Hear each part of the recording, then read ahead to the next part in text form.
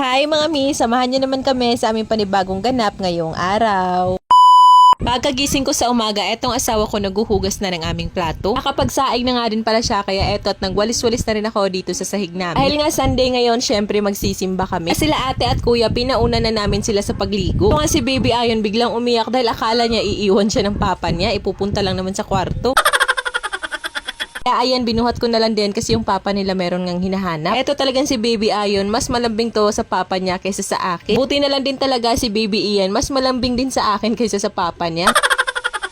Pagkatapos ko nga din magwalis, eto at sasabayan ko na rin sa pagligo itong kambal namin. Para maasikaso ko na rin sila ate at kuya dun sa CR kasi hindi pa rin talaga sila natatapos. Ayun nga, nakapagluto na rin ng ulam yung asawa ko, kaya ayan, at pinapakain na rin namin yung mga bata. Alas 9 na din ng umaga sa mga oras na yan, tapos alas 10 ng umaga magsisimula dun sa simbahan namin. Naghahabol na din talaga ako ng oras niyan kasi kailangan ko pa namang bihisan pa yung mga bata. Kaya minsan din talaga hindi naiiwasan na kapag magsisimba kami, nalilate kami dahil nga ang dami nilang kailangan kong asikasuhin. Lagmo pa na, kaya tagal-tagal talagang matapos kumain ng mga bata, tapos late na din magising. Diyos ko, dahil talaga naman. Eto nga, tapos na rin kami at pupunta na kami sa may kalsada. Madali na nga din kami dyan dahil nga alas 10 na din talaga sa mga oras na yan. So eto nga, maisingit ko na din tong bago kong sandal dahil ang tagal umandar ng motor ng aking asawa. Sobrang nagandahan talaga ako sa sandal kong yan mga mi, tapos 160 pesos lang yan. Anyway, pumunta na nga din pala ako dito sa tindahan dahil bibili na rin ako ng pang snacks para sa mga bata. Mga mi, hindi talaga pwedeng walang dalang snacks doon sa simbahan kasi talagang kukulitin ako nila na bibili nga daw kami ng pagkain sa labas. Diyos ko, dahil pagkadating nga din namin dito sa simbahan, 10:30 na, late na talaga kami ng 30 minutes. Ang problema kasi sa motor, ayaw umandar, ayun pala wala ng gasolina. At buti na nga lang din talaga itong kambal namin, hindi sila masyadong nag-iingay. So ayun, pagkatapos din namin magsimba, pumunta naman kami dito sa may ukay-ukayan dahil bibili nga ng sapatos itong kapatid ng aking asawa. So kapatid nga pala yan ng aking asawa mga mi, at ayan parang panganay lang na anak namin. Katapos niyan, umuwi na rin kami, tapos yung kambal naman napatulog ko na, kaya ayan, at nagsusort na naman ako ng panibagong labahin. 2 to 3 times nga pala ako mga mi naglalaba. Hindi pwedeng sa isang linggo, isang beses lang ako maglalaba kasi for sure, sobrang dami niyang labahin namin kapag gagayon. And as usual, etong mga damit ng mga bata, ibababad ko muna sa tubig na may Zonrox. Tapos, ang una ko namang isasalan dito sa washing machine namin ay etong mga puting damit namin. Almost 1 hour din yung hihintayin ko bago yan matapos. Kaya ayun, at pupunta na lang din muna kami dun sa birthday ng aking pamangkin. Medyo may kalayuan nga lang din dito sa amin, kaya magmumotor kami. At eto nga pala yung pamangkin ko na nagse-celebrate ng kanyang birthday. Kaya nga lang kami masyadong maalala, gawa ng matagal-tagal na rin na hindi niya na kami nakikita. Ito nga, at may binili din ako regalo para sa kanya. Ayun nga lang, halos ayaw lumapit sa akin kasi siguro hindi niya na ako maalala. Tapos maya-maya nga din kumain na rin kami at sinusubuan ko na nga lang din sila ate at kuya. Nakakatuwa nga kasi may bisita din sila nakakakilala sa akin kasi nanonood nga daw siya ng mga videos ko. Shout out ni Mote, thank you. Pauwi na nga din kami, dumiretso na din kami sa mall para bumili ng lugaw dahil hindi kumain ng maayos yung kambal namin doon. So ayun, umuwi na rin kami sa bahay at nag-restock na nga ako nito mga pinamili namin. Ang isang buong taon na talaga tong stock namin para hindi na pabalik-balik sa mall, syempre. Sabi ang hirap talaga kapag ang daming pera, hindi ko na talaga malaman kung ano pa ba yung i-restock ko. Diyos ko dahil. Sabi napakalawak ng pantry ko, tapos ang dami pang laman. Ay, napakahangin, nayabag na kadzay.